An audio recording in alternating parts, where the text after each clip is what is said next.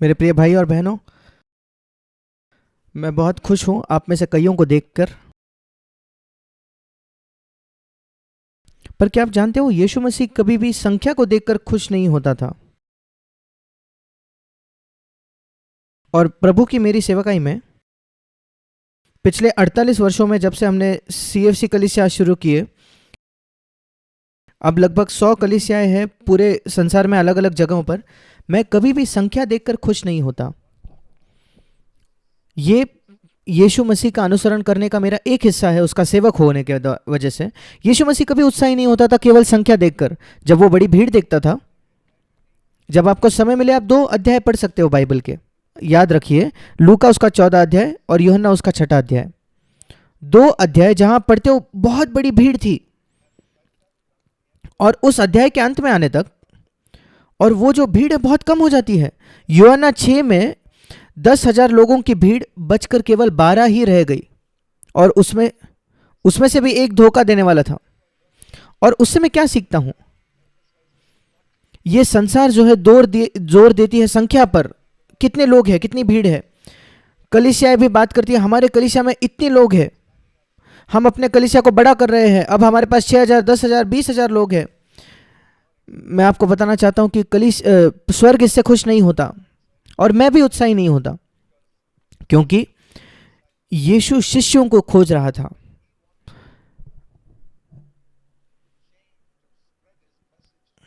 जब वो अपने संदेश को पूरे संसार में फैलाना चाहता था 20 शताब्दियों में आज, और वो चाहता था कि हजारों लोग इस 20 शताब्दियों में बदल जाए। क्या आप जानते हो उसने किसका चयन किया, किसका चुनाव किया? अनपढ़, जो पढ़ाई नहीं किए हुए ऐसे मछुआरे थे, और उनकी उम्र क्या थी? 70-80 वर्ष था क्या? नहीं, वे 30 वर्ष के थे। जवान, अनपढ़,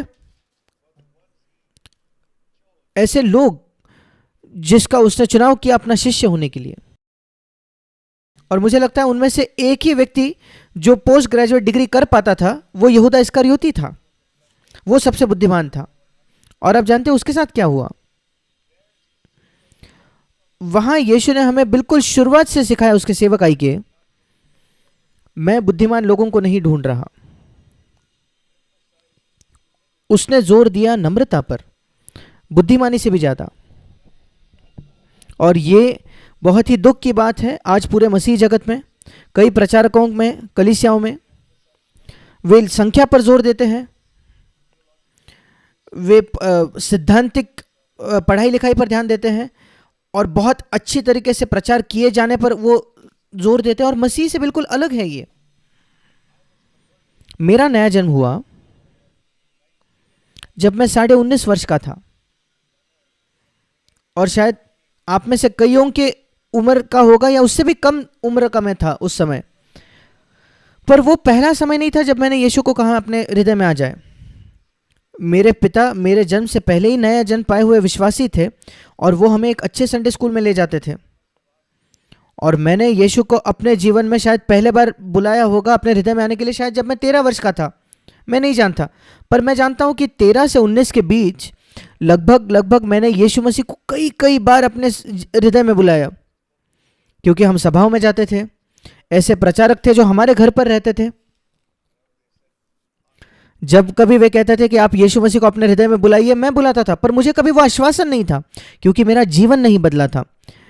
मेरे पास कोई बहुत बेहतरीन ऐसा कोई अनुभव नहीं था। अब मैं लगभग 64 वर्षों से या उससे भी ज़्यादा एक मसीह रहा हूँ, और इन 64 वर्षों में मैं आपको बताना चाहता हूँ, मैंने कभी स्वर्ग से किसी ज्योति को नहीं देखा, कभी मेरे अंग पे मैं ऐसे झुंझुनाहट को नहीं महसूस किया अपने शरीर में। ये जो अलौकिक शारीरिक अनुभव है मेरे कभी नहीं हुए हैं, पर मैं जानता हूं यीशु को बड़े नजदीक से, किसी भी मनुष्य से भी बेहतर, अपने पत्नी को जानता हूं, उससे ज्यादा घनिष्ठता से मैं यीशु को जानता हूं। यीशु मेरे लिए वास्तविक है। ये कैसे होता है? कई लोग बात करते हैं दर्शन के बारे में, स्वप्न देखने के बारे में, उसका कोई मतलब नहीं बनता। मैं बहुत आशीषित हुआ कई वर्षों पहले एक वाक्य से, उसी से मैं शुरू करना चाहता हूं। यूहन्ना रचित सुसमाचार उसका 20 अध्याय हम पढ़ते हैं कि यीशु मसीह उसके शिष्यों को प्रकट हुआ उनके पुनरुत्थान के बाद, और जब वो उन्हें मिलने आया पहले बार, यूहन्ना 20 में वो कहता है 24 वचन में, वो थोमा जो था उसमें से एक शिष्य उनके साथ नहीं था, और उन्होंने कहा थोमा से कि हमने यीशु को मिला, और वो बहुत निराश हो गया। और देखिए प्रभु कैसे उनके लिए भी चिंता रखता है जो किसी बात से चूक गए हैं। 8 दिनों बाद, यूहन्ना 20 उसका 26 वचन, इस बार थोमा शिष्यों के साथ था और यीशु विशेषकर थोमा के लिए आया।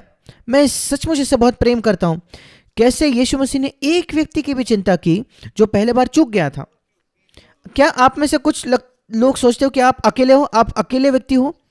देखिए ये वचन को, कैसे परमेश्वर ने एक व्यक्ति के लिए, यीशु ने चिंता की।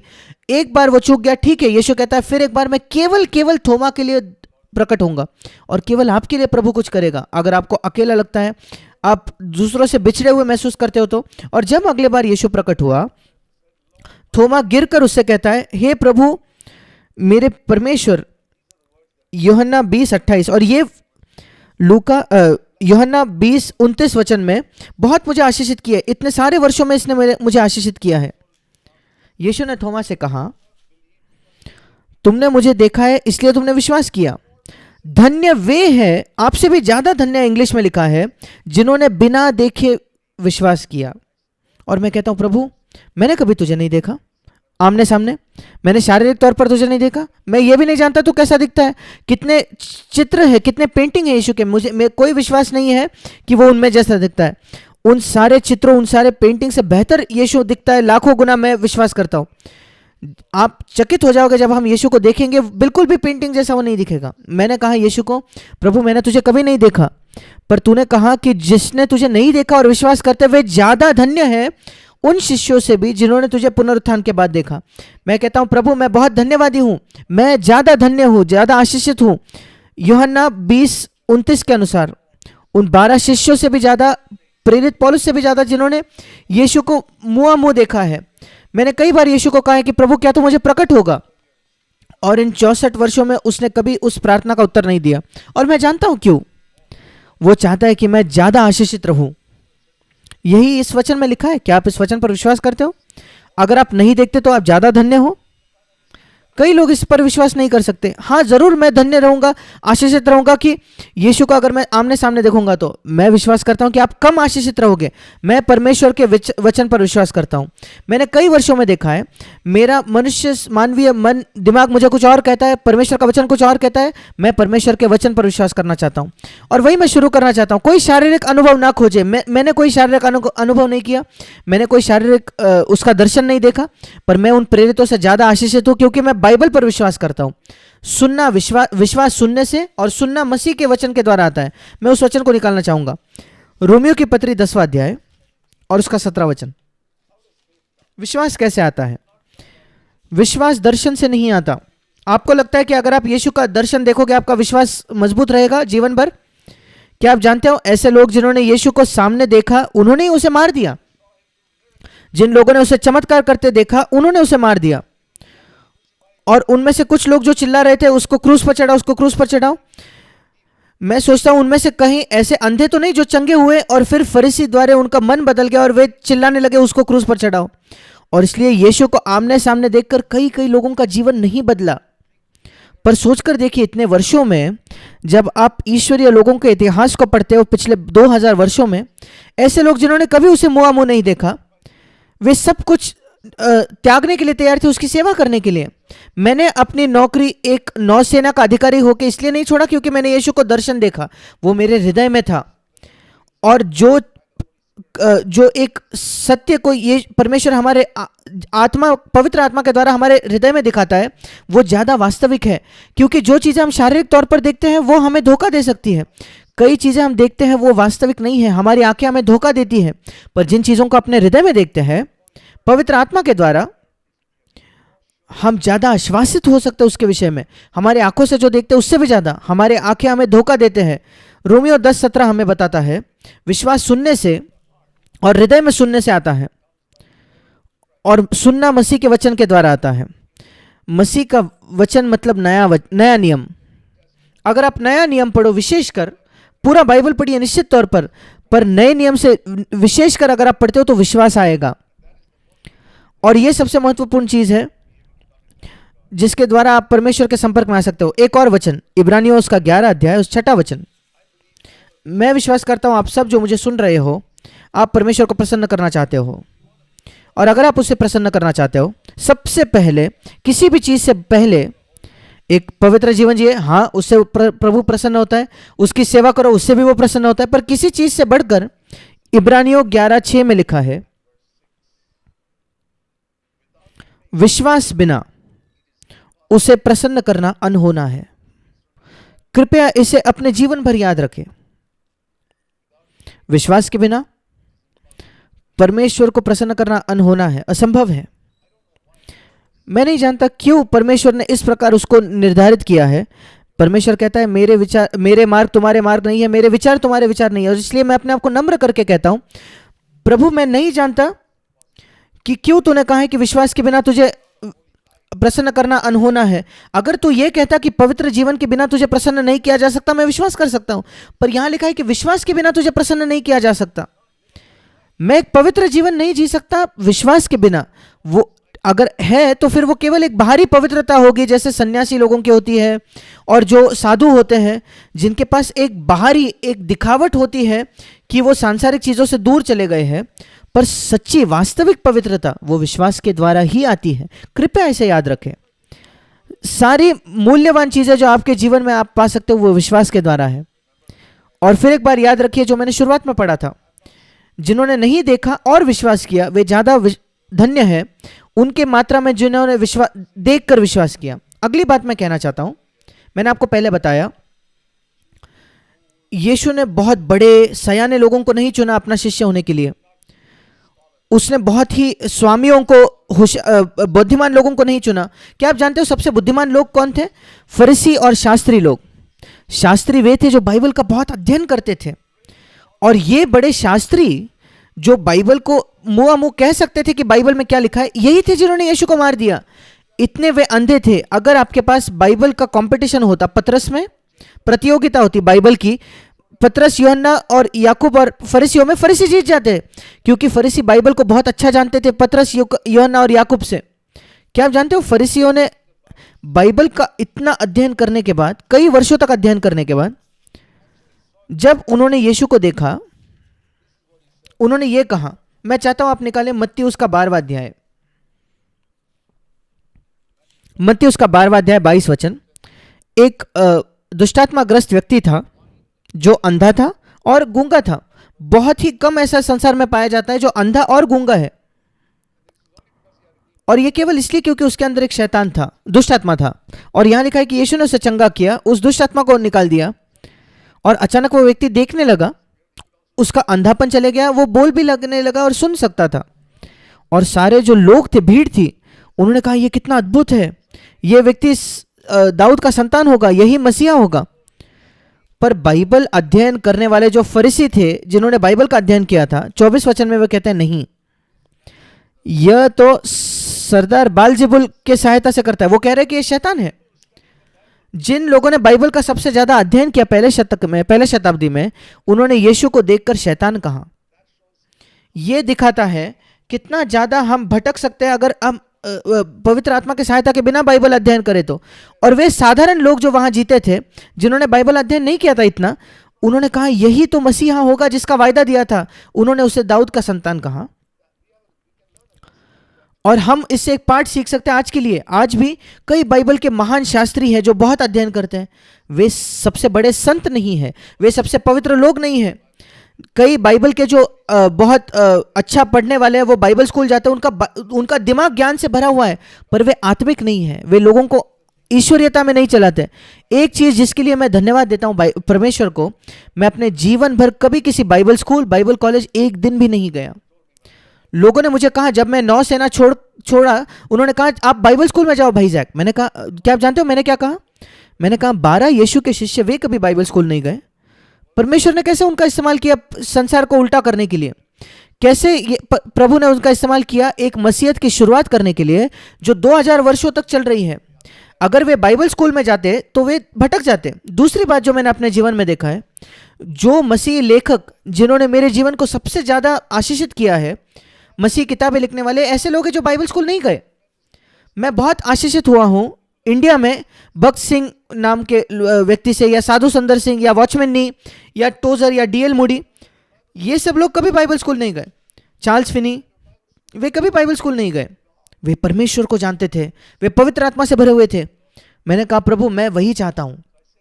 और मैं ये कह रहा हूं आपको ये बताने के लिए कि बाइबल ज्ञान आपको आत्मिक नहीं बनाएगा। हमें बाइबल की जरूरत है परमेश्वर मसीह में विश्वास में आने के लिए, पर केवल बाइबल का ज्ञान वो आपको आत्मिक नहीं बनाएगा। पवित्र आत्मा को वो वचन आपको खोलकर दिखाना होगा। इसलिए जब आप बाइबल में आते हो, बाइबल के पास आते हो, मैं एक और चीज दिखाऊंगा। मत्ती उसका 11वां अध्याय और उसका 25 वचन।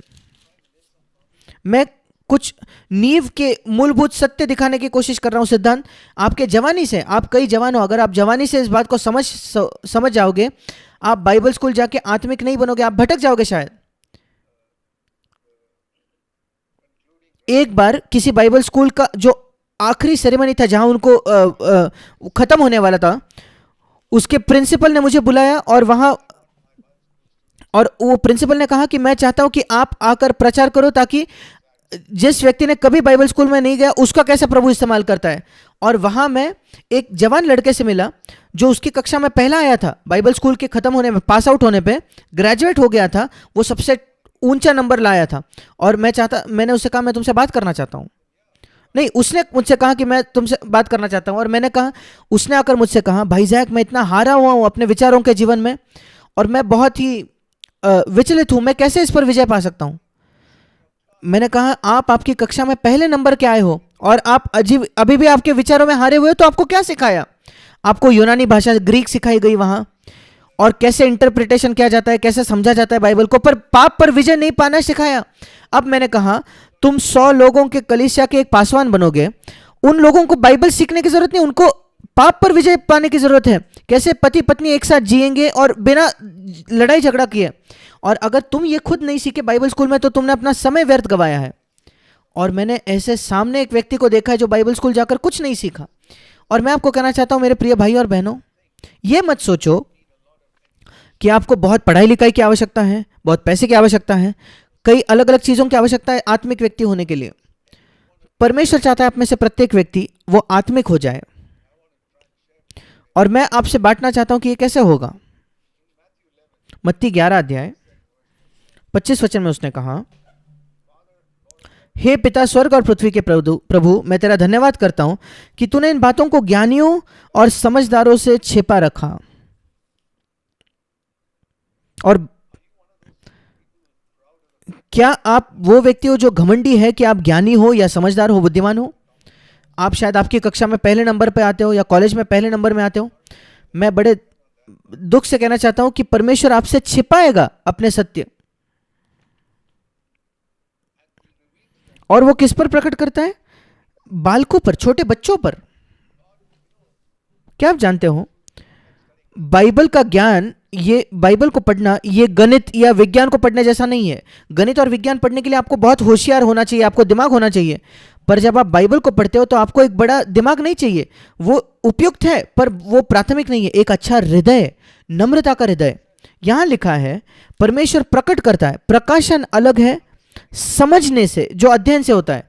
जब आप गणित का अध्ययन करते हो आपको आत्मिक प्रकाशन की जरूरत नहीं है। आपको एक अच्छा दिमाग चाहिए, आप बहुत मेहनत करके पढ़ाई करो, बहुत लंबा समय बिताओ, गणित करो, आप प्रॉब्लम सॉल्व करो, आप विज्ञान पढ़ो, आप समझ जाओगे। पर जब आप बाइबल में आओगे आप पढ़ोगे पढ़ोगे पढ़ोगे पढ़ोगे पढ़ोगे फरीसियों की तरह, और फिर यीशु को मार दोगे। वही तो फरीसियों ने किया, क्योंकि वो प्रकाशन नहीं किया जा रहा, प्रकट नहीं हो रहा। शमौन पतरस, यीशु ने उससे कहा तुम क्या कहते हो मैं कौन हूं?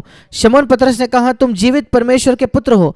और यीशु ने कहा तुम धन्य हो शमौन पतरस, तुम एक मामूली मछुआरे हो, पर फरीसियों से ज्यादा तुम्हें समझ में आया, क्योंकि स्वर्ग के मेरे पिता ने तुम पर यह प्रकट किया।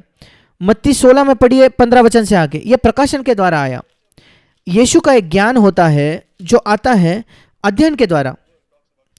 पूरा संसार यीशु की बात करता है, पर एक दूसरा ज्ञान है यीशु का जो पवित्र आत्मा के प्रकाशन द्वारा आता है। जब आप यीशु को अपने हृदय में देखते हो, आप इन आंखों से नहीं देखते, आप अपने हृदय में उसे जानते हो, और वो आपके जीवन को बदल देता है।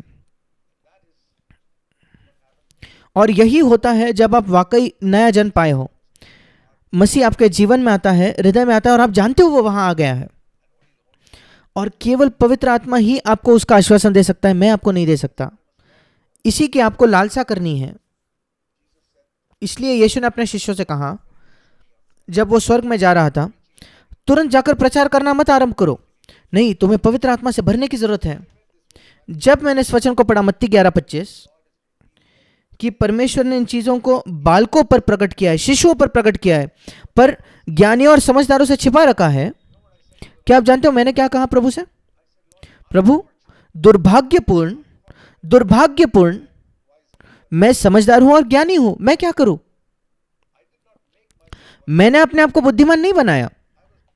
मैं जन्मा और मेरे जो जीन्स थे, कुछ प्रकार का दिमाग के साथ मेरा जन्म हुआ जो मुझे मेरे माता पिता से मिला, और इसलिए मैं एक बुद्धिमान होशियार व्यक्ति हूं। मैं क्या करूं?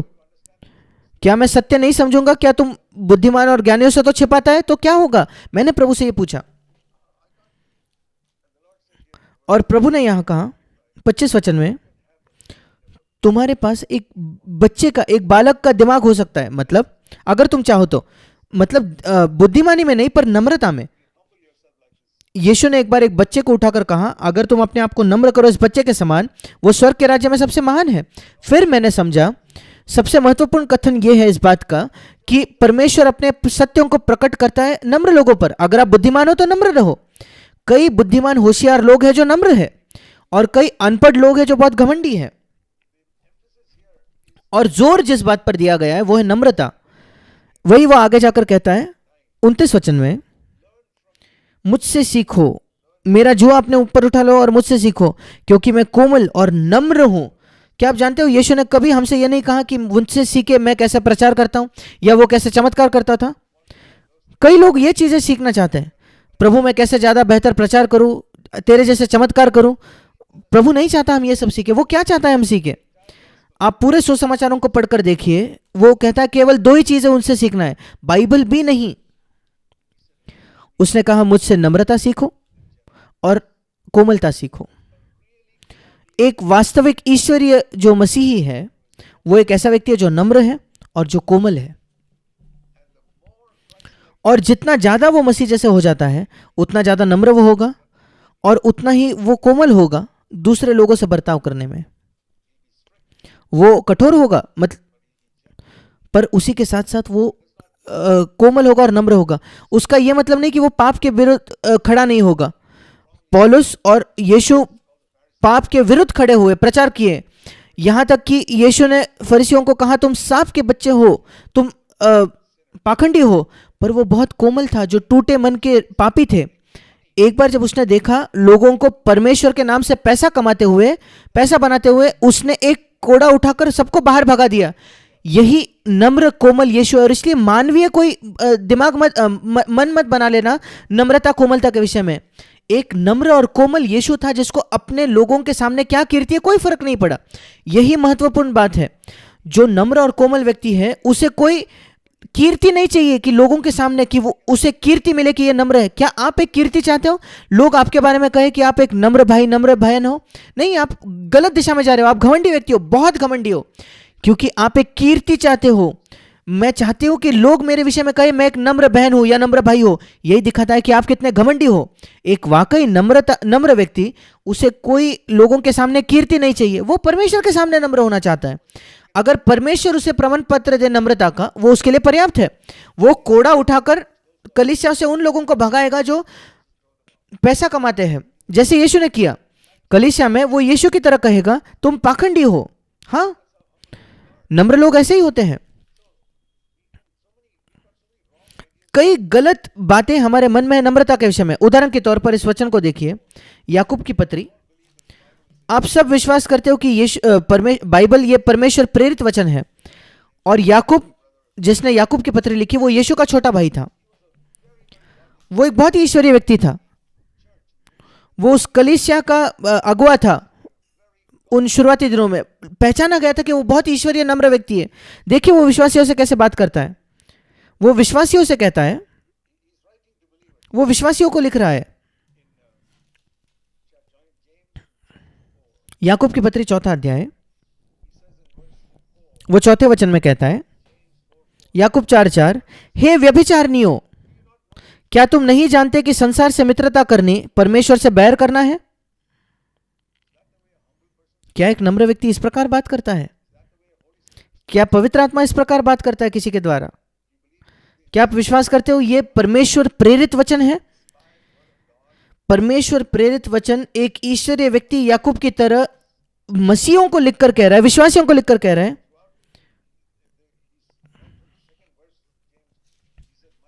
याकूब पहले अध्याय के दूसरे वचन से वो कहता है, हे मेरे भाइयों, हे मेरे भाइयों, हे मेरे भाइयों, हे व्यभिचारिणियों।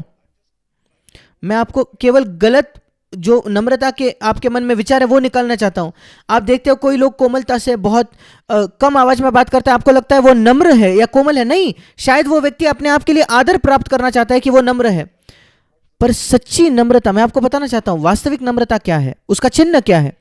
अगर आप वाकई नम्र हो, इसी याकूब 4 में लिखा है, उससे नीचे जाइए, याकूब 4 उसका 6वां वचन। वास्तविक नम्र व्यक्ति का चिन्ह, परमेश्वर उसे अनुग्रह देता है। यह नहीं कि उसे कीर्ति मिलती है लोगों के सामने, कि दूसरे लोग कहते हैं क्या नम्र व्यक्ति है, क्या नम्र भाई नम्र बहन है। वो सब कचरा है। मेरे प्रिय भाइयों और बहनों,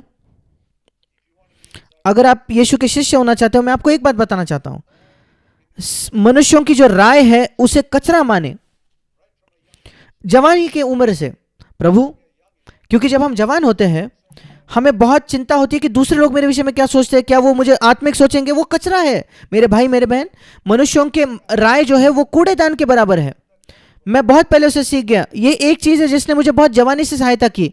मनुष्यों की जो राय होती है वो कूड़ेदान में डालने के योग्य है, कचरा है वो। परमेश्वर मेरे विषय में क्या सोचता है? क्या परमेश्वर सोचता है मैं नम्र हूं? वो इकलौती चीज है जो मुख्य है। मैं कैसे जानूं कि परमेश्वर मुझे नम्र मानता है या नहीं? एक बिल्कुल गारंटी वाली परीक्षा है, यहां सबूत है इसका। परमेश्वर दीनों को या नम्र लोगों को अनुग्रह देता है। अगर मुझे अनुग्रह नहीं मिलता परमेश्वर से, चाहे मैं अपने आप के विषय में जो भी सोचूं, मैं परमेश्वर की नजरों में नम्र नहीं हूं। पूरा संसार सोचे कि मैं नम्र भाई हूं, पूरा संसार सोचेगा आप एक नम्र बहन हो, पर परमेश्वर ऐसा नहीं सोचता, क्योंकि वो आपको अनुग्रह नहीं देता। अगला प्रश्न आता है, मैं ये कैसे जान सकता हूं? अगर नम्रता सबसे महत्वपूर्ण चीज है, हमने देखा मत्ती 11 में, मुझसे नम्रता सीखो। यह एक मुख्य चीज है जो मैं जवानों को सिखाना चाहता हूं। यह एक चीज है जो प्रभु ने मुझे एक जवान व्यक्ति होने के समय समझा सिखाया कि नम्रता सीखो, नम्रता सीखो, नम्रता सीखो। तब भी मैंने प्रभु से पूछा कि मैं कैसे जान सकता हूं मुझे नम्रता मिल गया? प्रभु ने कहा तुम्हें अनुग्रह मिलेगा। 1 मिनट में मैं वापस लौटूंगा। मैं कैसे जान सकता हूं कि मुझे अनुग्रह प्राप्त हुआ है क्या? मैं अपने आप को मूर्ख बना सकता हूं कि मुझे अनुग्रह मिल गया जबकि नहीं मिला। उसका भी प्रभु ने मुझे स्पष्ट उत्तर दिया। रोमियो की पत्री 6वां अध्याय, रोमियो की पत्री 6वां अध्याय, यहां बिल्कुल सटीक ऐसा तरीका है, बिल्कुल गारंटी वाला तरीका है, जिससे आप जान सकते हो कि परमेश्वर ने आपको अनुग्रह दिया है या नहीं, आपको वास्तविक अनुग्रह मिला है या नहीं। रोमियो 6:14, मैं आपको इस वचन को इस प्रकार से पढ़ता हूं, तब पाप तुम पर प्रभुता न होगी, क्योंकि तुम व्यवस्था के अधीन नहीं या अनुग्रह के अधीन हो। या किसी और तरीके से पढ़े, अगर आप वास्तविकता से अनुग्रह के अधीन हो तो पाप को तुम पर सामर्थ नहीं मिलेगा। अनुग्रह के अधीन होना मतलब, अनुग्रह एक छाते के समान है आपके सिर के ऊपर। आप पूर्ण तौर पर परमेश्वर के अनुग्रह से ढके हुए हो। क्या होगा? कोई भी पाप तुम पर सामर्थ नहीं पाएगा। आपको अपने गुस्से पर विजय मिलेगा। क्या आपको अपने गुस्से पर विजय मिला है? अगर नहीं, परमेश्वर के पास जाकर कहिए, प्रभु कहीं ना कहीं मैं घमंडी हूं, कहीं ना कहीं मैं घमंडी हूं, इसलिए मुझे अनुग्रह नहीं मिला कि मैं गुस्से पर विजय पाऊं। क्योंकि यहां लिखा है पाप की जगह आपका खुद का पाप डालो, गुस्सा आप पर प्रभुता नहीं करेगा। 14 वचन, क्योंकि आप अनुग्रह के अधीन हो। ठीक है, दूसरा पाप लेंगे, गंदे विचार। जवान जो पुरुष है उन्हें बहुत गंदे विचार आते हैं। गंदे विचार तुम पर प्रभुता नहीं होगी, क्योंकि तुम अनुग्रह के अधीन हो। आपका विशेष पाप क्या है? लोगों की चुगली करना, लोगों के पीछे बात करना। चुगली करना, लोगों के पीछे बात करना, वो तुम पर प्रभुता नहीं करेगा, क्योंकि तुम अनुग्रह के अधीन हो। इसे गंभीरता से ले। अगर इनमें से कोई भी पाप या दूसरे पाप जिनको मैंने उल्लेख नहीं किया, पैसे का प्रेम सबसे मानो एक बहुत बड़ा पाप जो जिसके विश्वासी गुलाम होते हैं, ज्यादा ज्यादा ज्यादा वे चाहते हैं उनकी जरूरत से अनुसार, वो तुम पर प्रभुता नहीं करेगा। पैसे का प्रेम तुम पर प्रभुता नहीं करेगा, तुम्हारे मन को नहीं जकड़ेगा पूरे समय अगर तुम अनुग्रह के अधीन हो। कई कई तरीके ये खोजने का, प्रभु मैंने तुझ पर विश्वास किया कि तूने मेरे पापों को क्षमा किया, पर मैं निरंतर पापों से हारा हुआ हूं। यह साबित करता है कि मैंने केवल क्षमा प्राप्त की है, पर मैंने पाप से उद्धार नहीं प्राप्त किया। प्रभु मुझे पूर्ण तौर पर मैं अनुग्रह के अधीन नहीं आया। मैंने थोड़ा तेरा अनुग्रह चखा है, पर पूरा अनुग्रह नहीं। मैं पूरा अनुग्रह चखना चाहता हूं। जब आप परमेश्वर से ईमानदार होते हो, परमेश्वर आपको मिलेगा। मैं विश्वास करता हूं कि सबसे पहले मुख्य बात जो प्रभु हमसे चाहता है वो है ईमानदारी। जब पहला यूहन्ना 1:7 में लिखा है, जब हम ज्योति में चलेंगे जैसे परमेश्वर ज्योति में, हम उसके साथ संगति करेंगे। साधारण शब्दों में ज्योति में चलना का क्या मतलब है आप जानते हो? ईमानदार बने। सबसे आसान चीज किसी भी व्यक्ति के लिए संसार में यह नहीं पाप पर विजय पाना, ईमानदार बने। एक वेश्या भी ईमानदार हो सकती है। जिस स्त्री को व्यभिचार में पकड़ा गया उसने मान लिया, हाँ उसको उद्धार मिला। जो ईमानदार होते हैं, एक सामरी स्त्री जो यीशु से मिली, सोचकर देखिए कैसी दुष्ट थी वो। 5 बार उसका तलाक हो चुका था और अब एक ऐसे व्यक्ति के साथ सो रही थी, ऐसे मनुष्य के साथ, पुरुष के साथ जिसके साथ विवाह नहीं हुआ था। वो ईमानदार थी, उसको भी उद्धार मिला। क्या आप किसी ऐसे स्त्री को मिले हो जिसका 5 बार तलाक हो गया और किसी और मनुष्य के साथ सोती है जो उसका पति भी नहीं है? मैं किसी ऐसे इतने बुरी स्त्री से नहीं मिला। ये सामरी स्त्री थी और यीशु ने उसको अद्भुत सत्य कहे कि तुम्हारे अंदर एक झरना उमड़ेगा जीवन का, और आत्मा में आराधना करने के बारे में। और यीशु ने यह सत्य एक ऐसे स्त्री से कहा क्योंकि वो ईमानदार थी। परमेश्वर अद्भुत चीजों को आप पर प्रकट करेगा अगर आप ईमानदार हो।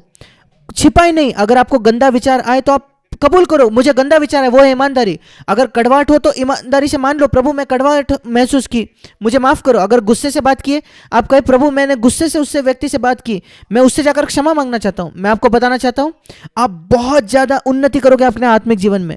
यही मतलब है ज्योति में चलने का। केवल ईमानदार बने परमेश्वर के सामने। आपको सबके साथ ईमानदार नहीं होना है संसार में, पर परमेश्वर के सामने पूरा पूरा ईमानदार हो। एक छोटा विचार भी आ जाए जो गंदा है या घमंड का है या दुष्ट है, परमेश्वर के सामने उसको कबूल करें और आप उसके साथ संगति कर सकते हो पूरा समय। वही मैं करने की कोशिश करता हूं। मैं सिद्ध नहीं हूं, पर मैं सिद्धता की ओर बढ़ते जाता हूं, और इसलिए मैं आज ज्यादा बेहतर हूं जैसे मैं पिछले वर्ष था या 10 वर्षों पहले था उससे भी।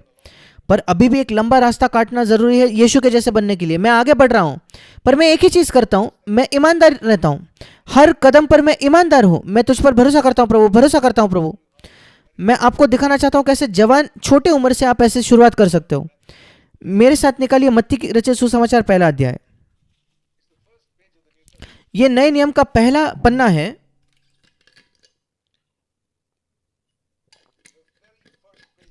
नए नियम का पहला पन्ना। पुराना नियम खत्म हो चुका है और आप नए नियम में प्रवेश कर रहे हो। मत्ती उसका पहला अध्याय, और पहले ही पन्ने में नए नियम के वहां एक वायदा है। पहला वायदा नए नियम में वो क्या कहता है? 21 वचन के बीच में, मत्ती 1:21, तू उसका नाम यीशु रखना। क्यों? क्यों उसको तुम यीशु कहते हो? क्योंकि वो अपने लोगों को उनके पापों से उद्धार करेगा या बचाएगा अपने पापों से। ये नहीं कि उनके पापों को क्षमा करेगा, नहीं, वो पुराने नियम में। आप भजन 103 पढ़कर देखिए। दाऊद कहता है धन्य है परमेश्वर जो मेरे सारे पापों को क्षमा करता है।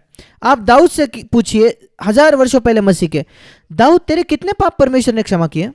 भजन 130 वो कहता है सारे सारे मतलब 100% पाप। दाऊद 103 में गा सकता था परमेश्वर ने मैंने 100% पापों को क्षमा किया है। और इसलिए अगर आप कहते हो आपको 100% पाप क्षमा किए गए, आप दाऊद से भी बेहतर नहीं हो। फिर यीशु क्यों आया? क्या करने के लिए आया? अगर वो केवल मुझे भजन 103 तक ही ला सकता है, वो तो उसके आने के 1000 वर्षों पहले हुआ।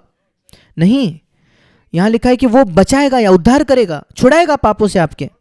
बहुत अंतर है बचाए जाना और क्षमा किए जाने में, इसे याद रखिए, बहुत बहुत महत्वपूर्ण है। ये एक चीज है जिस पर मैं जोर देते जाता हूं कई कई वर्षों से। कई विश्वासी जो है वे केवल क्षमा किए गए हैं, उनका उद्धार नहीं हुआ है। उदाहरण के तौर पर मैं लोगों से पूछता हूं, आपका मसीह अनुभव कैसा रहा है? हाँ भाई, मेरे पाप सारे क्षमा हुए।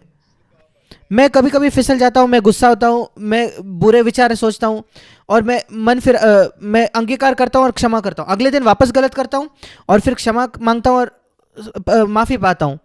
फिर यीशु क्या है? वो आपका उद्धार करता नहीं है, वो आपका क्षमा करने वाला है। ईमानदारी से कहे, यीशु मेरा क्षमा करने वाला है। उसने मुझे नहीं बचाया गंदे विचारों से, उसने गुस्सा करने से मुझे नहीं बचाया, उसने कड़वाहट से नहीं बचाया, घमंड से नहीं बचाया, किसी भी चीज से नहीं बचाया लगभग, पर मुझे सब कुछ क्षमा किया है। मैं उसे उद्धार करता नहीं बुलाऊंगा, मैं उसको अपना क्षमा करने वाला बुलाऊंगा। यह है ईमानदारी। और मैं आपको बताना चाहता हूं, कई लोग ईमानदार नहीं हैं, इस वजह से वे अपने आत्मिक जीवन में उन्नति नहीं करते। वे नाटक करते हैं कि उन्होंने आत्मिक होने के। मैं पूछता हूं, क्या चीजों से बचाया? किसी चीज से नहीं। किस चीज से क्षमा किया? सारी चीजों से। फिर वो आपका क्षमा करने वाला है। ईमानदार होकर कहिए, प्रभु तू मेरा क्षमा करने वाला है, अब मैं तुझे उद्धारकर्ता के तौर पर जानने वाला हूं। मैं कई वर्षों तक नहीं जानता था, क्योंकि किसी प्रचारक ने मुझे सीधा सीधा नहीं बताया जैसे मैं प्रचार कर रहा हूं। मैं आपसे एक प्रश्न करना चाहता हूं, क्या किसी प्रचारक ने आपको यह बताया है यीशु आपका क्षमा करने वाला और यीशु आपका उद्धार करने वाले में क्या अंतर है? क्या आप पहले बार मेरे से सुन रहे हो? क्या आप समझ सकते हो क्या अंतर है क्षमा पाने का और उद्धार पाने का? मैं एक उदाहरण का इस्तेमाल करना सकता हूं। सोचिए, मेरा 6 वर्ष का बेटा है और वो बाहर खड़ा है घर के, और मैं कहता हूं देखो वहां खुदाई का काम चल रहा है, रास्ते पे एक बड़ा गड्ढा खोद रहे, पास मत जाओ तुम गिर जाओगे। आप जानते हो 6 वर्ष के बच्चे कैसे होते हैं, वे अपने पिता की बात नहीं मानती और वे वहां जाते और गिर जाते उस गड्ढे में। और मेरा लड़का वहां से पुकारता है, 10 फुट का गड्ढा है, पिता पिता पापा। मैं जाता हूं, दौड़ कर जाता हूं, क्या हुआ बेटा? वो कहता है, पापा मुझे माफ करो, मैंने आपकी बात नहीं मानी और मैं अनाज्ञाकारी रहा और गिर गया, कृपया मुझे क्षमा कर। ठीक है बेटा, तुझे क्षमा हो गया, टाटा। क्या मैंने उसे क्षमा किया मेरी आज्ञा नहीं मानने के लिए? हाँ, मैंने क्षमा कर दिया। क्या मैंने उसे बचाया है उस गड्ढे से? नहीं, वो अभी भी गड्ढे में फंसा है। यही अवस्था है कई मसीहों की। प्रभु मैं माफी चाहता हूं, मैंने क्या किया उसके लिए? ठीक है, तो क्षमा किया गया, पर कल जाके तुम वही चीज दोहराओगे और बार बार बार बार बार बार वही करोगे। और दुख की बात यह है, शैतान ने कई विश्वासियों को इसी से संतुष्ट रखा है। क्या मतलब है यीशु इस नाम का? पहले पन्ने पर नए नियम के लिखा है, यीशु इस नाम का मतलब वो उद्धार करेगा, बचाएगा, छुड़ाएगा अपने लोगों को अपने पापों से। मैं आप पर दोष नहीं लगाता मेरे भाई और बहनों। एक उदाहरण का अगर मैं इस्तेमाल करूं, अगर किसी स्कूल में एक क्लास में, एक कक्षा में सारे बच्चों को 0 मिला गणित में, मैं ये नहीं कहूंगा सबके सब गधे हैं, मैं कहूंगा कि वो शिक्षक बुरा शिक्षक है। कैसे सारे के सारे बच्चों को 0 आता है, सबके सब बच्चे फेल हो जाते हैं अंतिम परीक्षा में? शायद बच्चों की तकलीफ नहीं है, विद्यार्थियों की गलती नहीं है, शिक्षक की गलती होगी। अगर कई मसीही है जिनको किसी को पाप पर विजय नहीं प्राप्त हुआ, मैं उन पर दोष नहीं लगाता, मैं उनके पासवानों को दोष लगाता हूं, उनके शिक्षकों को, उनके प्रचारकों को, जिन्होंने उन्हें सिखाया नहीं कि यीशु इस नाम का अर्थ क्या है, जिन्होंने उन्हें यह नहीं सिखाया कि यीशु केवल क्षमा करने वाला नहीं, वो उद्धार करने वाला है। वो मेरा उद्धार करता है किससे? वो लोग कहते हैं कि मेरा नर्क से उन्होंने उद्धार किया, वो तो भविष्य में, नर्क तो जीवन के बाद में आएगा। आज किस चीज से वो बचा रहा है? मत्ती 1:21, वो आपको पापों से उद्धार देगा। आप जानते हो पाप क्या है?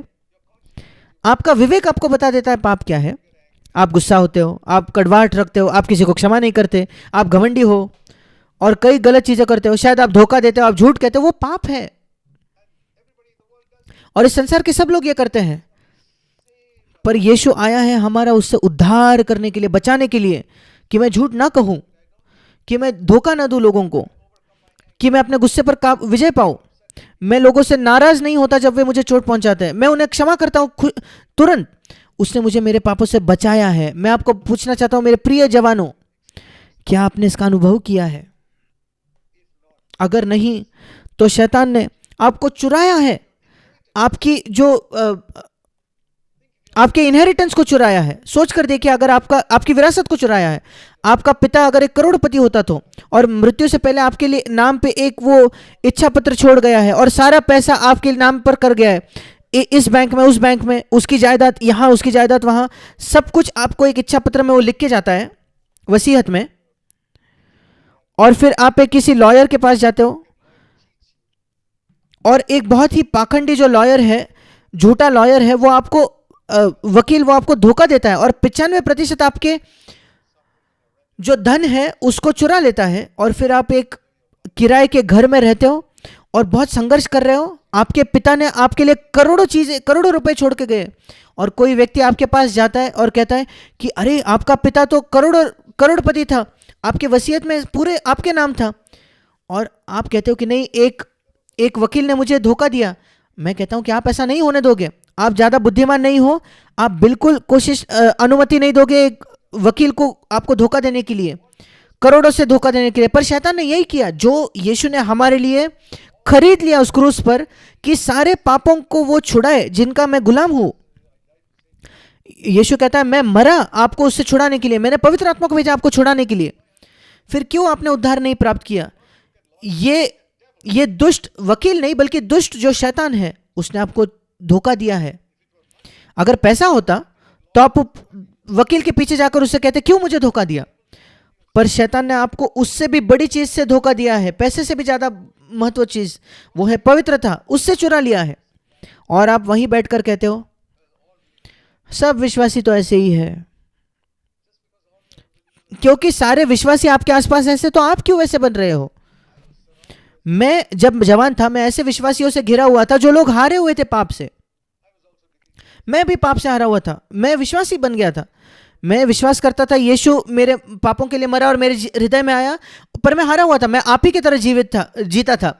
आप पाप करते हो, प्रभु से माफी मांगते हो, पाप करते हो, माफी मांगते हो, ये एक गोल गोल गोल गोल चक्कर काट रहे हो, और आप उस गोल गोल गोल मानो सैर कर रहे हो, हमेशा हार रहे हो। पाप करना, माफी मांगना, पाप करना, माफी मांगना। मैं थक गया और मैंने कहा प्रभु मेरी सहायता कर। मैंने उपवास किया, मैं विलाप किया, मैं रोया, और आखिरकार प्रभु ने मुझे उससे बाहर आने का तरीका दिखाया और पवित्र आत्मा से भर दिया और मेरा जीवन बदल गया। और मैं जानता हूं मेरे अपने अनुभव से, एक चीज जिससे मैं बहुत ज्यादा उसका गुलाम था, वो था निराशा। मैं निरंतर निराश होता था, कई बार निराश होता था, और जवान व्यक्ति होने की वजह से गंदे विचार बार बार। मैंने कहा प्रभु मेरी सहायता कर, मेरी सहायता कर। मैं नहीं जानता क्यों मुझे इतना लंबा समय लगा, शायद क्योंकि मैंने ये गलत शिक्षा प्राप्त की थी लोगों से कि प्रभु केवल आपको क्षमा करता है पर उद्धार नहीं करता। जो भी था, आखिरकार प्रभु ने मेरे पर दया की और मुझे छुटकारा दिया।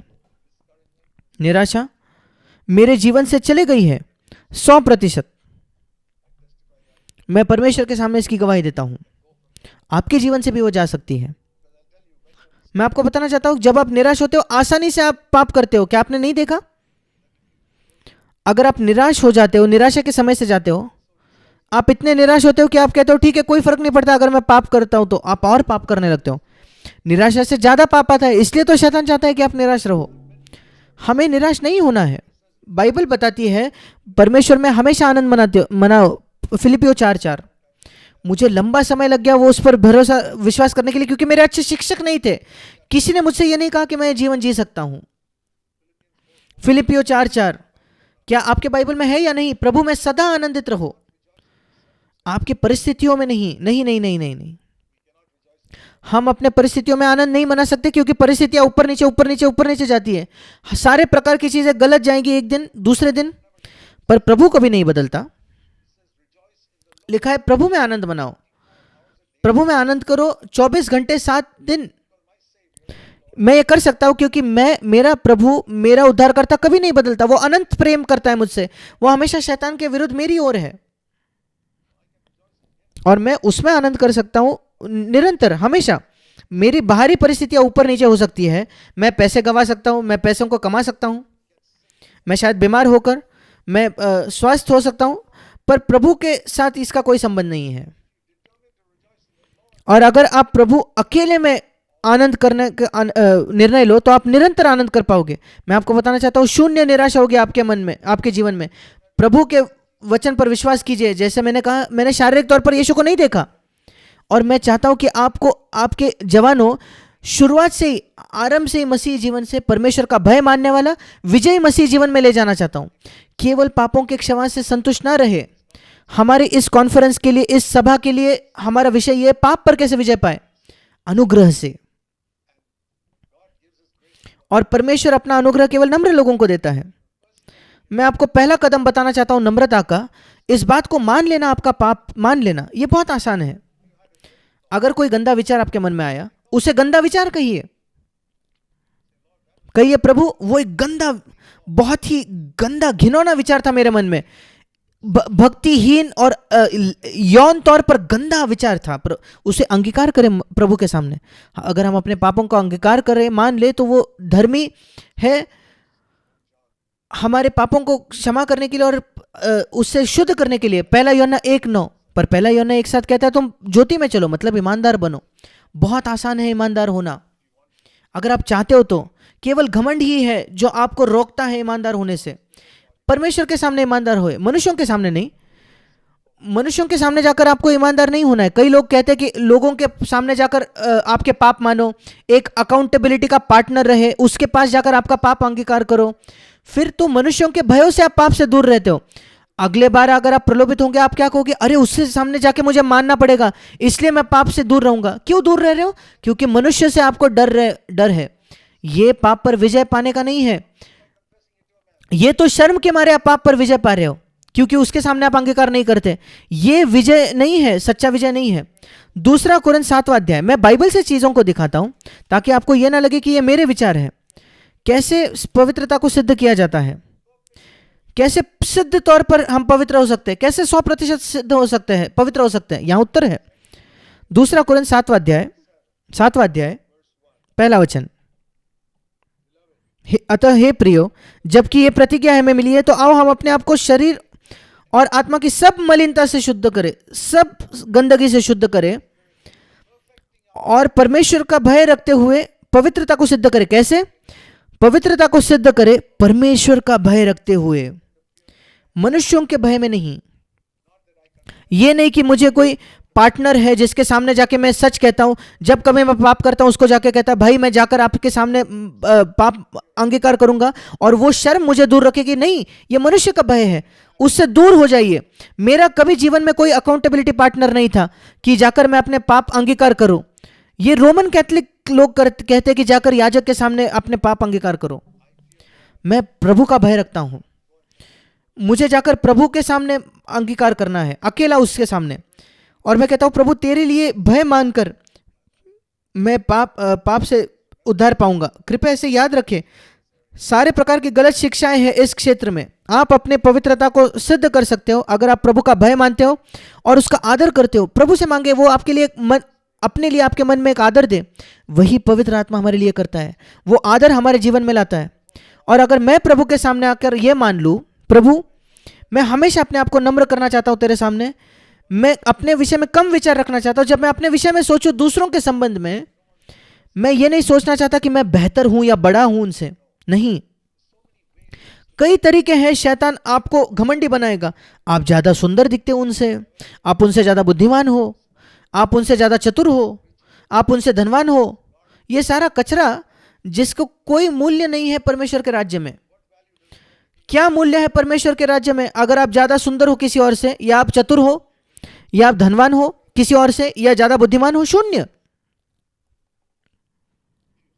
अगर आप अपने आप को नम्र करो परमेश्वर के सामने, आप आपके नम्रता से भी घमंड कर सकते हो, पर अगर आप प्रभु के सामने नम्र करोगे, इसका मतलब आप स्वतंत्र होते हो इससे कि दूसरे लोग मेरे विषय में क्या सोचते हैं, कोई महत्व नहीं रखता। परमेश्वर मेरे विषय में क्या सोचता है। परमेश्वर के मुख के सामने जीने की कोशिश करें भाई और बहनों, यह आपके जीवन को पूर्ण तौर पर बदल देगा। और कहिए, प्रभु तेरे पवित्र आत्मा से मुझे भर दे कि मैं तेरे उपस्थिति में जीऊं, हमेशा यह सोचकर कि तू मुझे देख रहा है हर समय, मैं तेरे उपस्थिति में जीना चाहता हूं। प्रभु, आपका जीवन पूरी तौर पर बदल जाएगा। और कहिए, प्रभु मैं केवल तेरी राय चाहता हूं। अपने आप को नम्र कीजिए, और अगर आपने कुछ गलत किया है किसी से, तुरंत जाकर क्षमा मांगिए, उस व्यक्ति को बुलाइए, फोन कीजिए, मेल लिखिए, उस व्यक्ति से जाकर मिलिए, किसी ना किसी तरीके से क्षमा मांगिए तुरंत। और अगर आपने धोखा दिया है वो पैसा लौटा दीजिए तुरंत। अगर आपने आपका टैक्स या कर नहीं चुकाया है तो तुरंत भर दीजिए। हाँ, मैंने ये सब मूर्ख चीजें किए थे जब मेरा नया जन्म नहीं हुआ था, और जब मेरा नया जन्म हुआ प्रभु ने मुझे याद दिलाया कि वो पैसा लौटा दो। और मुझे याद है एक बार मैं नौसेना में काम कर रहा था, और मुझे याद आया कि मेरे नए जन्म के पहले मैंने कई कर या कई टैक्स को चुकाया नहीं है गवर्नमेंट को, और मैंने 4 महीने की मेरे सैलरी को, तनख्वाह को बचाना पड़ा। 4 तनख्वाह से भी ज़्यादा, 4 महीने से भी ज़्यादा तनख्वाह। मुझे लंबा समय लगा, मैंने वो तनख्वाह जोड़ जोड़ कर भारत सरकार को लौटा दिया, और मेरा विवेक एकदम स्वतंत्र हो गया। क्या आप जानते हो ये कब किया? जब मैं 21 वर्ष का था, और प्रभु ने मुझे कहा कि 63 वर्षों पहले तुम नहीं करता है तो एक जंजीर तुम्हारे पाँव में होती है जिसको लेकर तुम चलते, तुम कोई उन्नति नहीं करते अपने जीवन में। कई लोग हैं जो इन चीजों को नहीं पूरा करते, और एक जंजीर है उनके दोनों पांव पर, और कोई उन्नति नहीं करते अपने जीवन में। सोचकर देखिए, आप 100 मीटर की दौड़ दौड़ रहे हो और एक जंजीर बांधकर। कई मसीही दौड़ को ऐसे ही दौड़ रहे हैं, अपने जीवन के अंत के पहले के अतीत को वो सेटल नहीं करते, सही नहीं करते।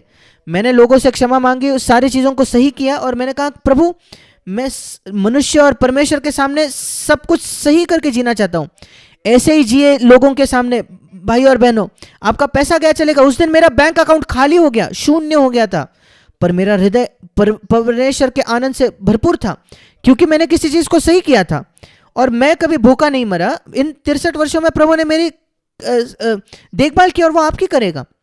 पर इन चीजों को सही कर दीजिए और प्रभु आपको आगे आगे चलाएगा। और दूसरा विषय, शैतान पर विजय पाना। कई मसीही शैतान से डरते हैं। मैं आपको बताना चाहता हूं, आपको शैतान से डरने की जरूरत नहीं है। आप कैसे जान सकते हो कि आपके पाप सारे क्षमा हुए? क्योंकि आप बाइबल में पढ़ते हो यीशु आपके सारे पापों के लिए क्रूस पर मरा, उसका लहू बहाया गया आपके पापों को शुद्ध करने के लिए। वही बाइबल आपको यह भी बताती है, जब यीशु उस क्रूस पर मरा उसने शैतान को हरा दिया। यह ऐसी चीज है जो कई लोग नहीं समझते, क्योंकि उनके प्रचारकों ने उन्हें यह नहीं सिखाया। मैं आपको यह सिखाना चाहता हूं। इब्रानियों की पत्री 2 अध्याय, इसे सुने। इब्रानियों 2 बहुत महत्वपूर्ण है। उतना ही महत्वपूर्ण यह जानना कि यीशु आपके पापों की क्षमा के लिए मरा, उतना ही महत्वपूर्ण है यह सत्य भी जानना। इब्रानियों 2 और उसका 14 वचन और 15 वचन। इब्रानियों 2 14 और 15 वचन। क्यों यीशु मसीह ने हमारी तरह लहू और मांस को अपना लिया? एक तो हमारे पापों के लिए मरने के लिए, एक और कारण है यहां। इब्रानियों 2:14, इसलिए जबकि लड़के अर्थात हम मांस और लहू के भागी हैं, तो वो आप भी उनके समान उनका सहभागी हो गया। क्यों? ताकि मृत्यु के द्वारा वो कुछ कर सके। मृत्यु के द्वारा वो हमारे पापों को क्षमा करे, हाँ। मृत्यु के द्वारा वो हमारे उसके राज्य में ले जाए, हाँ। पर कुछ और भी लिखा है, मृत्यु के द्वारा उसे अर्थात शैतान को वो निकम्मा कर दे, बिना सामर्थ का कर दे। जिसके पास सामर्थ थी हमारे ऊपर, पर उसे निकम्मा कर दिया ताकि वो हमें स्वतंत्र कर सके। 15 वचन, जो मृत्यु के भय के मारे जीवन भर उसके दास थे। कई लोगों ने इस सत्य को नहीं सुना है। कितने बार आपने सुना है कि एक प्रचारक आपके सामने प्रचारक कहता है यीशु केवल आपके पापों के लिए नहीं मरा, यीशु मरा ताकि शैतान की जकड़ जो आपके जीवन पर है उससे वो छुड़ा सके आपको। क्या आप शैतान से डरते हो? क्या आप डरते हो कि शैतान आपको चोट पहुंचाएगा, कुछ करेगा, आपको तकलीफ देगा? मैं वैसा डरता था। मेरे नए जन्म के बाद भी मैं शैतान से लंबे समय तक डरता था। मैं डरता था। अगर कोई दुष्टात्मा ग्रस्त व्यक्ति था तो मैं डरता था उससे मिलने के लिए। मैं नहीं जानता था क्या करना है, जब तक मैं इस एक अद्भुत सत्य को समझ गया कि बिल्कुल जैसे मैं आश्वासित हो सकता हूं कि मेरे यीशु ने क्रूस पर उठाए, उसने शैतान को हरा दिया क्रूस पर। उसने उसको निकम्मा कर दिया, उसके सामर्थ ले गई। शैतान को मार नहीं दिया, वो मर नहीं गया है। शैतान आज भी संसार में घूम रहा है, पर मुझ पर उसकी सामर्थ टूट चुकी है। उसको मुझ पर कोई सामर्थ नहीं है, शून्य। और यीशु प्रभु ने मुझसे कहा मेरे हृदय में, जैसे तुम शैतान से डरते थे इन सारे वर्षों में, अब से शैतान तुमसे डरेगा। मैंने उस पर विश्वास किया मेरे पूरे हृदय से। मैंने विश्वास किया कि शैतान मुझसे डरता है। यह नहीं कि मैं विशेष हूं, क्योंकि यीशु ने मुझे उससे छुड़ा दिया। कुछ लोग डरते हैं।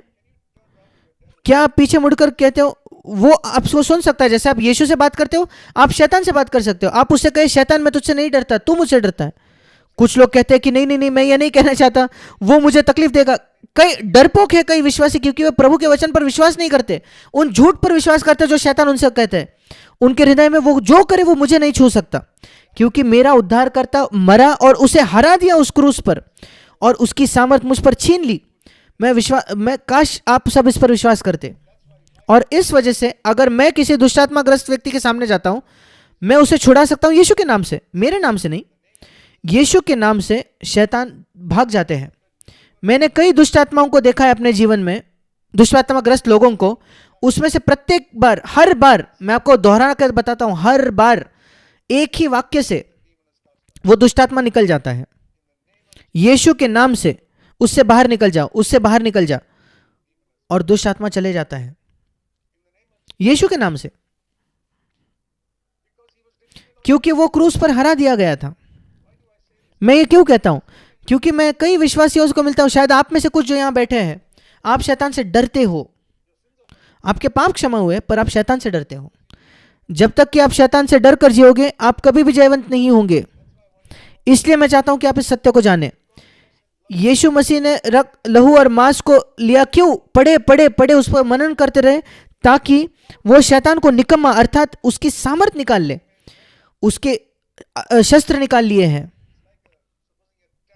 सोच कर देखिए, कोई टेररिस्ट, कोई आतंकवादी आपके पीछे आए बंदूक लेके, वो बहुत बलवान है, और कोई उसके बंदूक को छीन ले और वो लकवा मार जाए, और वहां पड़ा है। वो मरा तो नहीं है, नहीं वो मरा नहीं है, पर उसकी बंदूक निकाल ली, उसके पास कोई बंदूक नहीं है, और उसको लकवा मार दिया। क्या आप डरोगे उससे?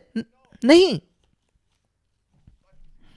पर अगर आपको अभी लगता है कि नहीं वो कितना बलवंत है, उसकी बंदूक उसके साथ है, फिर आप डरपोक हो। और कई कई विश्वासी इस बात को नहीं समझे कि शैतान उस क्रूस पर हरा दिया गया।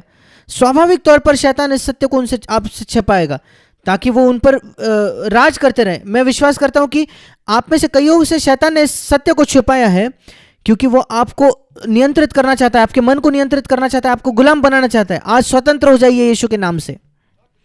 यह नहीं क्योंकि आप बुद्धिमान हो, पर यीशु आपके लिए उस क्रूस पर मरा इसलिए। क्यों? आपके पाप क्षमा हुए। यह नहीं कि आप बुद्धिमान हो, पर क्योंकि आपने उनको अंगीकार किया, आपने मान लिया। इकलौता व्यक्ति जिसके पाप क्षमा नहीं होते, जो मानेगा ही नहीं कि उसने पाप किया है। वो अपने पाप को ढांकने की कोशिश करता है, नहीं वो पाप नहीं था, वो पाप नहीं था, वो कभी स्वतंत्र नहीं होगा। पर उसे मान लीजिए वो पाप था, वो तुरंत आप क्षमा हो जाओगे। विश्वास कीजिए कि शैतान पाप पर क्रूस पर हरा दिया गया। एक और वचन, कुलुसियों की पत्री 2 अध्याय। परमेश्वर का वचन, ये अद्भुत किताब है। कुलुसियों 2 अध्याय 14 वचन हमें बताता है कि क्रूस पर वो कर्ज जो था हमारे पापों का, वो निकाल लिया। जब कभी आप पाप करते हो, आप परमेश्वर के कर्जदार होते हो। मानो किसी से आपने पैसा उधार लिया है, उधार लो उधार लो उधार लो। आपने करोड़ों करोड़ों रुपए या जो भी आपका पैसा है वो चुराया है, और इतना बड़ा कर्जदार हो आप। 14 वचन कहता है कि वो कर्जा यीशु ने हटा दिया, उसने मिटा दिया उसके क्रूस के मृत्यु के द्वारा। अब मैं परमेश्वर का कर्जदार नहीं हूं, क्योंकि यीशु ने वो कर्जा चुका दिया उसके लहू के द्वारा। दूसरी बात, 15 वचन, दूसरी चीज जो उसने क्रूस पर की, उसने प्रधानताओं और अधिकारों के ऊपर से उनका खुल्लम खुल्ला तमाशा बनाया। और ये प्रधानताएं और अधिकार जो है, ये दुष्ट आत्माएं हैं। उनके हथियार निकाल लिए, उनको मार नहीं दिया, पर उनको बिना सामर्थ का बना दिया। उनके शस्त्र निकाल दिए।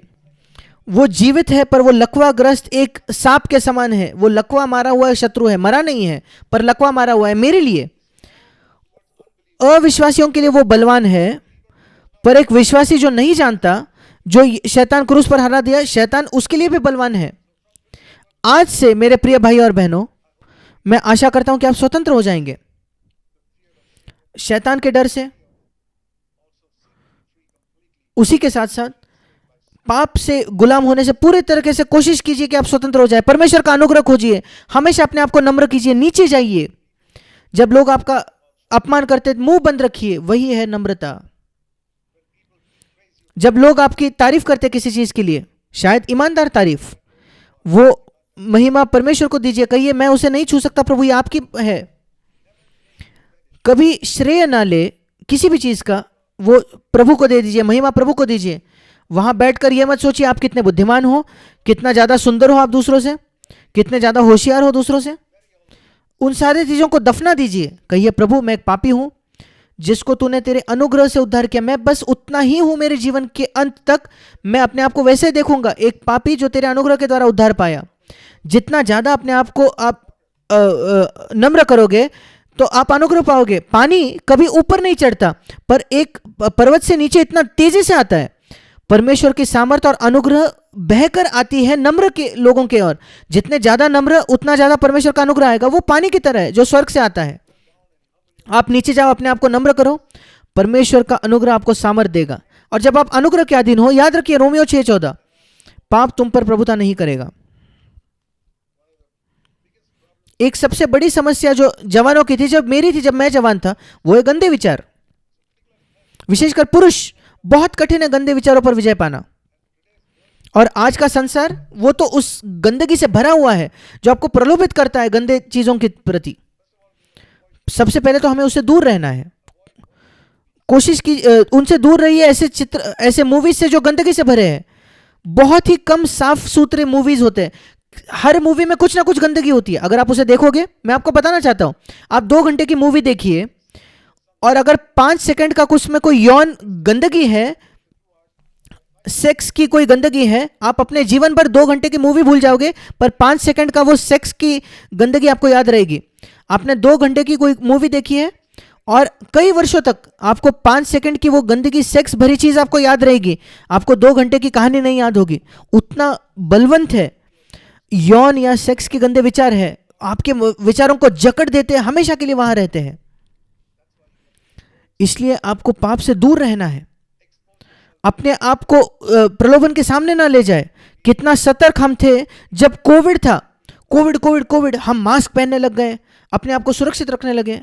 मैं आपको बताना चाहता हूं, उससे ज्यादा आपको पाप से सतर्क होना है।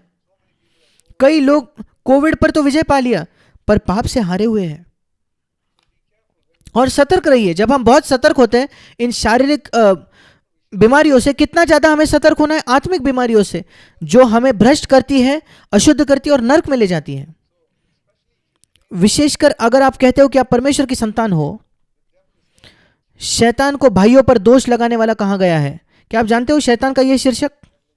प्रकाशित वाक्य 12वां अध्याय। अगर आप नहीं जानते तो मेरे साथ निकालिए प्रकाशित वाक्य 12। वो भाइयों पर दोष लगाने वाला है। वो अविश्वासियों पर दोष नहीं लगाता, वे तो उसी के हैं, उसी के छावनी के हैं। पर प्रकाशित वाक्य 12:10 वो भाइयों पर दोष लगाने वाला है, विश्वासियों पर दोष लगाने वाला है। जब कभी विश्वासी गलत करता है, शैतान स्वर्ग में प्रभु को दिखाता है, देखो प्रभु, वो व्यक्ति कहता है कि वो आपका बच्चा है, देखो वो क्या गंदी चीज देख रहा है, क्या गंदी मूवी देख रहा है, देखो फोन पे क्या देख रहा है, कोई पोर्नोग्राफी, अश्लील चीज। वो आपका बच्चा होने का दावा करता है। दोष लगाने वाला, दोष लगाने वाला। देखिए कैसे वो चिल्ला रहा है किसी पर गुस्से से। उसे तो आपका संतान होना है। देखिए कैसे वो अपने पति पर चिल्लाती है, कैसे अपने पत्नी पर चिल्लाती है। वो आपका संतान होने का दावा करता है। दोष देने वाला, दोष देने वाला, दोष देने वाला। परमेश्वर क्या कहता है?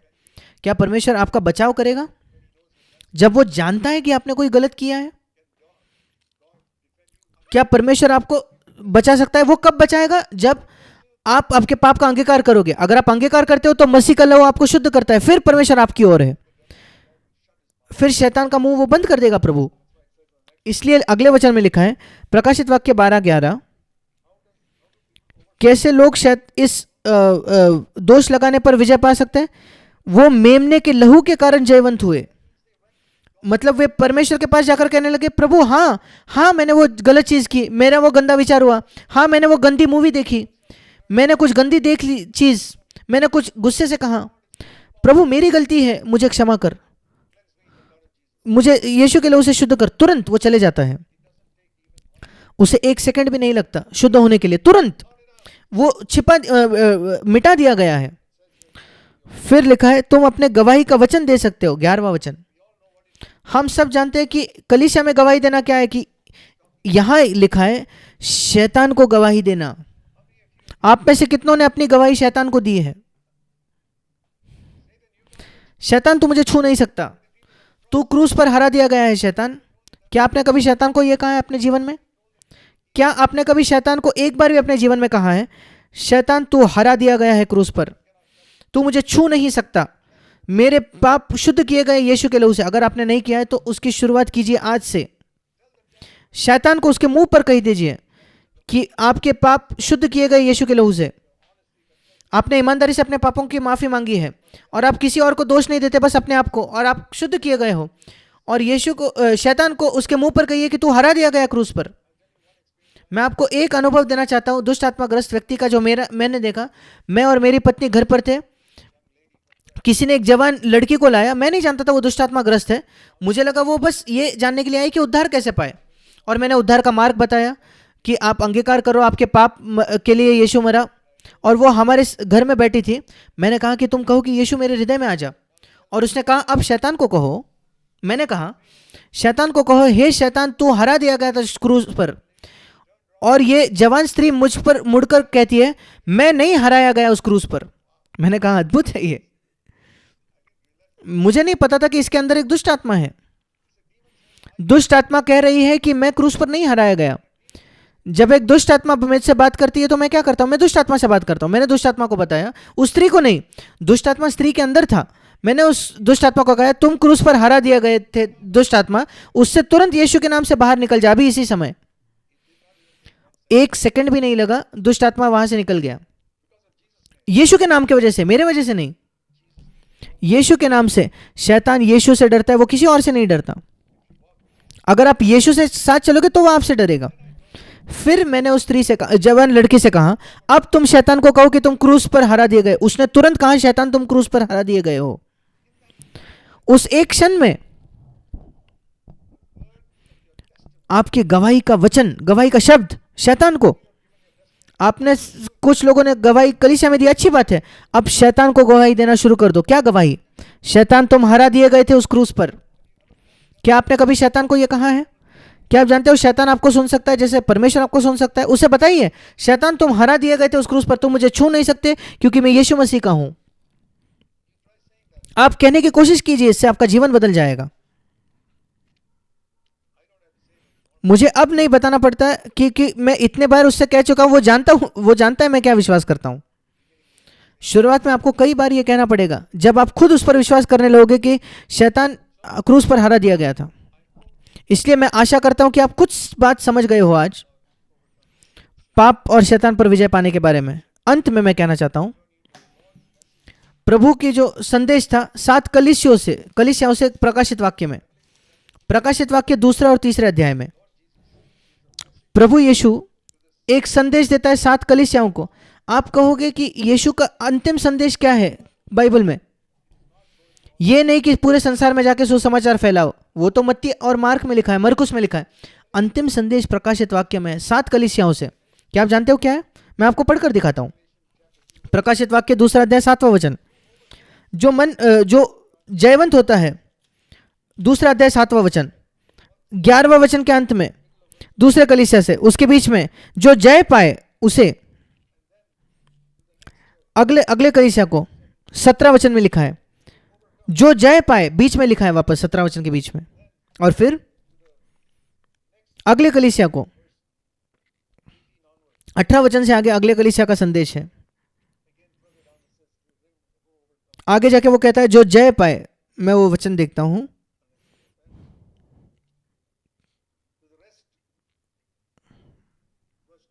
26 वचन। जो जय पाए, अगले कलीसिया को 3 अध्याय, प्रकाशित वाक्य 3 अध्याय 5वां वचन। जो जय पाए, अगले कलीसिया को 6ठी कलीसिया 3 अध्याय 12वां वचन। जो जय पाए। और अंतिम 7वें कलीसिया को 21 वचन में जो जय पाए। मैंने आपको 7 बार दिखाया 7 कलीसियाओं को। अंतिम संदेश क्या है यीशु का कलीसिया को? एक जयवंत व्यक्ति बने, जयवंत व्यक्ति बनिए, जय पाइए पाप पर, शैतान के हम लोग पर जय पाइए। एक जयवंत व्यक्ति बने, विजयी बने, विजयी जयघोष में चले। ये अंतिम संदेश है कलीसिया ये यीशु का कलीसिया को। मैं आशा करता हूं कि आज आपने उसे सुन लिया। शैतान को आप पर दोष ना लगाने दे,